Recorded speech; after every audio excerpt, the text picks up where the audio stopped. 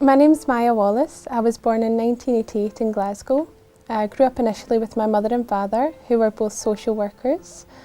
And after a few years we moved to the west of the city. It was just my mum and my brother. Initially my childhood was quite lonely, so I didn't have a wide social circle. It was very small, so I would spend my days at school, and after school I would come home. So then it would just be me, my mum and my brother. And what I would do, we'd watch TV. That was a big feature in our childhood. We didn't do a lot of outdoor activities in the sense of things that you would go and pay to do. What we would do would be making jewellery, playing with my dolls. I was very active in lots of sports, gymnastics, athletics. I enjoyed a lot of outings with my mum, biking, home baking, things like this. In summer I became very active, so I'd go and stay with my grandmother and my grandfather in Ayrshire, and it was activity after activity which I loved. We would go swimming every single day, we would go into town, we would go shopping, we would do more baking, which I loved because my gran is an amazing cook. I didn't have any religious views as a child. We didn't grow up with a religion, so there was no Bible in the house, no Quran, there was nothing like that. My family, my wider family, so my aunts and uncles, they're scientists, so a lot of the views that I had maybe came from them. So there was no impact, do I believe in God, is there a God? There was no such discussions. I found out when I was much older, speaking to my mum about religion, that apparently I used to go to Sunday school, but I have no recollection of that whatsoever. So in high school I took religious education, much to the dismay of my teachers. I decided to switch subjects because I wanted to learn a little bit more about religion. At this stage I had a desire to get some answers, not to adopt a religion, not to become Christian or a Sikh or Catholic. It was just to find the answers to these questions I had since I was a young girl. Now at school, I didn't get those answers. The religions that they taught, they didn't make any logical sense. And I thought, why would I have faith? This is from God, because surely God should be able to explain to me simply the answers. So my high school didn't teach Islam. At the time, it was quite superficial. They said that they couldn't teach Islam because they didn't have a religious education teacher who'd studied that religion. Either way, I was happy. To me, it wasn't a real religion, it was barbaric. The Muslims were crazy nutcases. They were just people that would terrorise innocent people, they would blow up buildings. So for me, I was glad. I didn't think that I would ever become Muslim, that I would ever entertain the idea of Islam. So it's quite ironic now. I am a Muslim.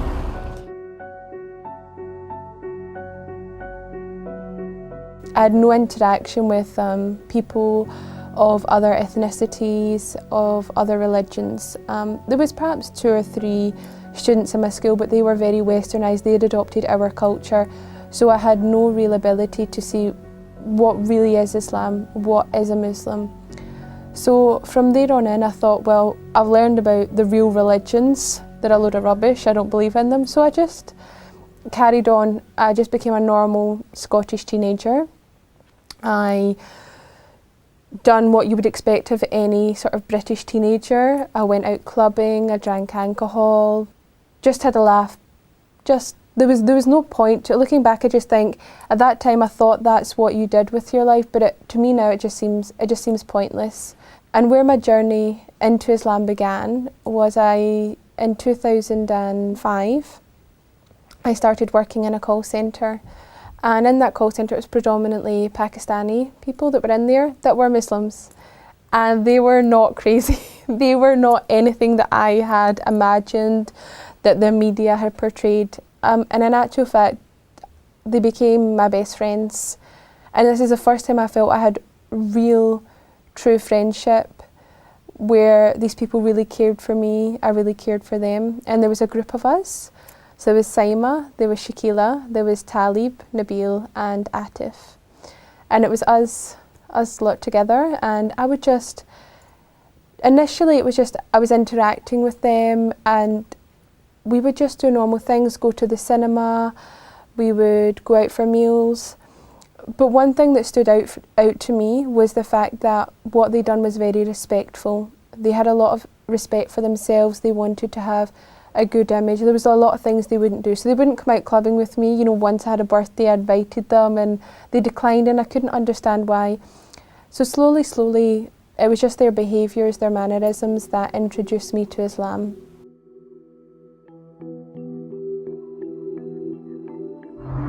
When I was working in the call centre with the other Muslims, one of the most profound moments for me was actually during Ramadan, and I remember the moment sort of very clearly. We were in the Avance office in Baird Street, and my group of friends that I'd mentioned earlier, they were fasting and they were about to open their fast.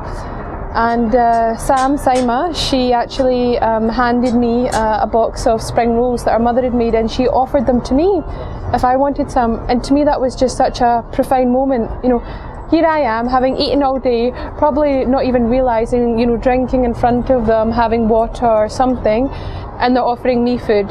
They're breaking their fast with me. And that was a really profound moment for me. So something happened in that moment. I became curious. What are these Muslims doing? They're starving themselves and giving their food away to me. Like, who am I? Why are they doing this? And then I started having questions. You know, what is Islam? Why are they Muslim? You know, are these kind attributes that they have, their upbringing? Is it just these specific people? Is it part of Islam? What is it? And so I started to ask them questions. I started to inquire, be inquisitive. And something that really shook me is that they weren't proud. Well, I think this, or I feel this, or I know that. They said, this is what the Quran says, this is what the Sunnah says, this is what the Hadith says. They had proof for everything. And never at any point did they say to me, just believe, just have faith, we know this is the truth. They didn't tell me that, they gave me the answers, and when they didn't know the answers, they would go and find out, and they would be humble enough to admit, I don't know, I can't answer that, I can't tell you. So here I was, standing Islam in the face, and it was the truth. I couldn't deny it was the truth. But I wasn't ready to accept being a Muslim. I never wanted to adopt a religion. I just wanted to know the answers, and I thought that would be enough. But in learning about Islam, I realised that believing is not enough. Islam is a way of life. They've got their own economical, political, social, legal system. If I was to become a Muslim, if I was to adopt that identity, everything I'd ever known would have to change. But I didn't know if I could commit to being Muslim. I didn't know if I could commit to what Islam required from me. So I had what I would call a trial period. And I was going to try and see if I could do what Islam required of me. So initially it was simple things for me, like stopping eating haram meat. Being a vegetarian previously, that wasn't so hard for me. Then it was stopping drinking alcohol. Then it was stopping going out to nightclubs, which was a large part of my social life. I started to dress more modestly, so I went half of my wardrobe. And slowly, I realised that I was able to overcome these hurdles. But still, I was apprehensive. You know, it was a lifetime commitment. If I became Muslim, that was it. And I wanted to be sure that I could give that commitment to Allah. And it just took a long time to get that courage, to take that leap, to know that I was doing the right thing, and that Allah would see right by me, and that my fears would melt away. And my fear mainly was telling my family, how will my mum cope, my brother, you know, my aunt and my uncle, they're not religious, my grandfather. And I think that when you're making such a huge life change, that you will start to imagine them reacting in ways that aren't even within their character, because you're just so scared, because it's such a big change and it's something completely different. So every Sunday, my mum would collect me from work and drive me home. And every Sunday I would try and muster up the courage, and before I knew it, we were home. And I didn't say anything. And this would happen week after week after week. I felt like it was never going to end. Sunday was my day of torment. But then Ramadan was coming, And I knew that I wanted to embrace my Islam during Ramadan. I wanted to fast for that month. I wanted to be in that environment. So, a few weeks before, I just mustered up the courage and told her. And alhamdulillah, she accepted it. She just questioned why, but we didn't have a long discussion. We're not a family for having in-depth conversations, but I told her, and the relief, it just washed over me. It made me feel silly. I've been worrying all this time, and it went really well. I went with my friends, some of my very good friends, Sam as well, Sam, and we went to Glasgow Central Mosque. And I took my Shahada through tears of joy. We were all crying, it was so emotional, and it was an experience that I wasn't expecting.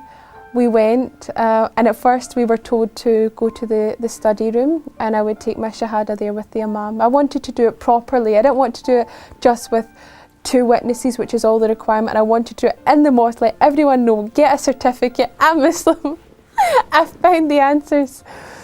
So we went, and the Imam sat me down. He started asking me strange questions. Why do you want to become Muslim? Is someone forcing you? Do you want to do it? And I'm like, yeah, that's why I'm here. Please just let me take my Shahada. So he just obviously wanted to make sure I knew what Islam is. I knew what being Muslim meant. And then that day, after I prayed, it was the Jummah Friday prayer. So we went and we prayed, and I remember feeling so nervous because of all the things I had learned. I didn't know how to pray Jummah. So I was standing there and my nerves, and I started to forget the prayers and the recitation that I'd learned. So I'm copying my friend, and I'm like, am I allowed to be looking at her at the corner of my eye? And we prayed, and that day was very emotional. The Imam gave a speech, and he was saying how there was a birth. That was me, which I found out later because I'm a revert to Islam. I'm a newborn in the eyes of Allah. There was also a marriage and a death, and that whole time that I was there. So in 2009, I finally reverted to Islam. I did change my name for 2 reasons. One, I wasn't too fond of my original name, but also I wanted something with a bit more meaning. So I chose the name Maya, as originally called Robin.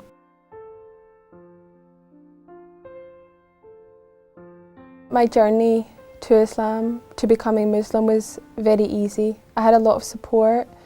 I had a lot of friends around me, even my own family my mother, my brother, they were very supportive of me. I remember when I went to take my Shahada, my mum was calling me just to make sure, good luck, hope everything goes okay.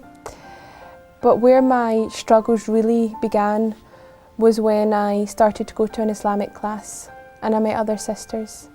And this is where I learned about the proper attire, that we should be covered.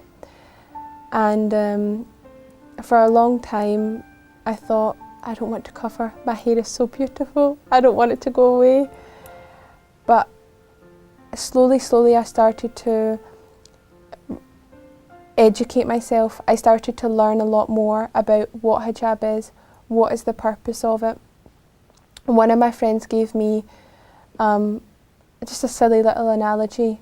They said, I've got 2 sweets, one covered, one uncovered, and I dropped them on the floor.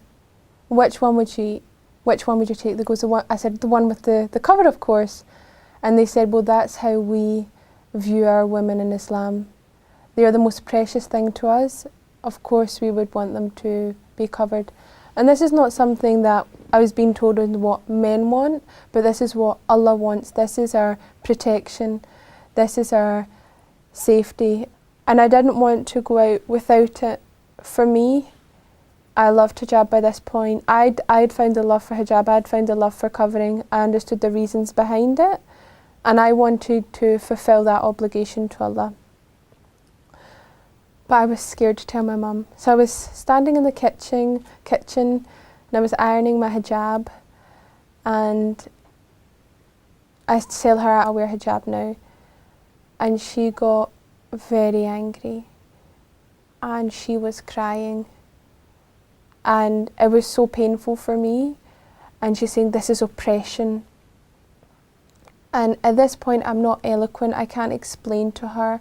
I have the knowledge, but to give it to her, I don't know where to start. I don't know the right place. And I'm just shouting back, no, it's not. So I remember walking out of the house and going to my back garden, and I was in floods of tears and I was crying my heart out. And I phoned Zara, who had now become my Islamic teacher. Mashallah, she's very good. And I'm crying to her, and I said to her, Zara, I have to take it off. I can't do this anymore. And she gave me so much comfort and so much love and so much strength. She said to me, Allah will never give you a test that you cannot bear. There will never be something in your life that you cannot overcome. It is there for a reason. So I found a lot of comfort in her words, and I put it on and I wore it and I left the house. And my end point with my wider family came when it was my graduation, and my mother and my aunt and my uncle came, and I was hiding from them. I was in my graduation gown. I was wearing this big black graduation cloak and a black hijab, and I was just all black. And I was nervous. I was so nervous. And it was about to begin, so I said, okay, we need to take our seats now, but I'll see you afterwards. I just wanted to get it over and done with. I thought, look, when they see me walk across the stage, they'll see the hijab, maybe they'll talk about it, and then I won't need to be there when she sees it for the first time. I won't see that initial moment. And alhamdulillah, that's what happened. It was too late for them to come and greet me before, so I went upstage, I accepted my award, and I came down. And I could see in their faces that they had some apprehension. They were shocked, but they accepted it. My grandfather's not a man of many words. So when I went to see him, he'd been informed, I believe, by my family that I was Muslim and that I covered. And we've never spoken about it, me and my grandfather. And what he done, he says to me, all of your grandmother's scarves are upstairs in the bottom drawer, and I've looked them all out, and they're all there for you, you know, for your. And he wouldn't say anything, he just went, for your. And that's when I knew that through that trial, through that, for me that was a very hardship, that there was light at the end of the tunnel, if you want to call it that. There was peace at the end for me, and that my family accepted the hijab, and that now they understand the reasons behind it. And you guys don't know this as you're recording it, but I've wanted to wear a abaya for a long time. I've wanted to put on the proper covering, and I've been too nervous. And I actually had discussion about the abaya with Ahmed, who's another revert, and he said to me, you will find the strength. Your husband, he will give you that guidance and you'll be there. So when I was asked to come on this show, I thought, I don't want to go on wearing, like, I know I'm covered, you know, my arms down to my feet, my head, but I said, I don't want to go on and wear my dress. I don't think that's right. I want to be a good example to my sisters out there, to Muslims, to people that are thinking about reverting. So today I put on the abaya for the first time.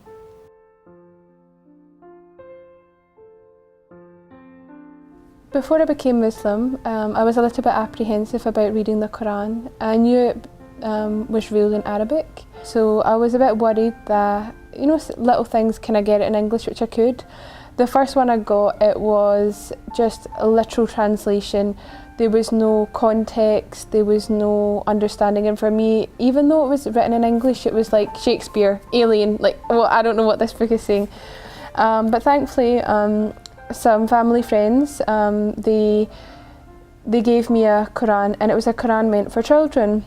I gave the background story, so what happened when it was revealed to the Prophet, peace be upon him.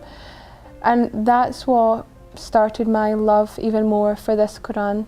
So now whenever anyone asks me about Quran, I say to them, don't be scared about reading it. You know, I'll give them a copy of it that I think would be a good one to read, because although every single Quran has the same words in it, some are very good at explaining it. And for me, my favourite part of the Quran is in Surah Al-Baqarah. It's in this verse that Allah sets a challenge for the whole of mankind, that if you don't believe that this book is the word of God, then just produce one verse like it. The same style, the same transparency. But if you can match that, then you can disprove Islam. And that had such strong meaning for me, because I thought of all these people that say the Quran's not real, Allah doesn't exist, Muhammad made everything up. They'll have lengthy debates for hours and hours, but they won't do this one simple challenge. Write a verse. How long can it take them? But in 1400 years, not one person has been able to do this. And the second part of this surah that meant a lot more to me, is that Allah goes on to say that you will not be able to write a verse like it. And I just think to anyone out there that's doubting Islam, then take this challenge. Come forth and bring a verse.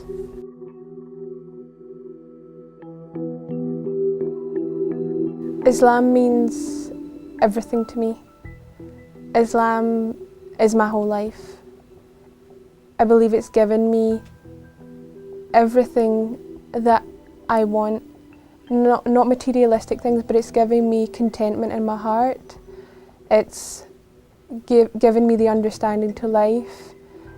It's told me why I'm here, what I should be doing. It's given me comfort knowing that Allah is out there, that there is a God, that I can worship Him and obey Him. And from how I would describe it in humanly terms, in His eyes, I'm doing the right thing. You know, no longer do I need to lead my life by my own moral compass. I've got God there to tell me what is right and what is wrong, and I know in my actions that I'm doing the right thing. It's given me a much better relationship with my mother. You know, she's a very private woman, stiff upper lip sort of thing. Now, every day she tells me she loves me.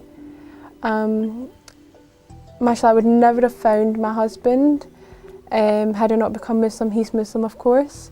And I just think that is an avenue that if I had never taken my Shahada, I would never have experienced this. It's overwhelming that my life now feels complete. No longer am I chasing after the latest dress or the latest car or job.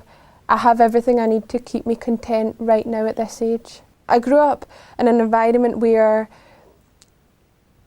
what I was told was that you're meant to go out, you're meant to travel the world, you're meant to experience many different things, date different people, to try and attain something, and when you've attained it, get more. Earn money, and when you've got money, earn more money. When you drink, learn to drink and then drink a bit more. Gluttonous, it was just, you know, and to me it had no real value. It was like, I'm going to live, inshallah, 60, 70, 80 years, and I'll have achieved nothing. Now I understand my place in this world and what I'm here for, and that's to obey Allah and complete my duties as a Muslim, spread Islam, and be an example to the community and my sisters around me.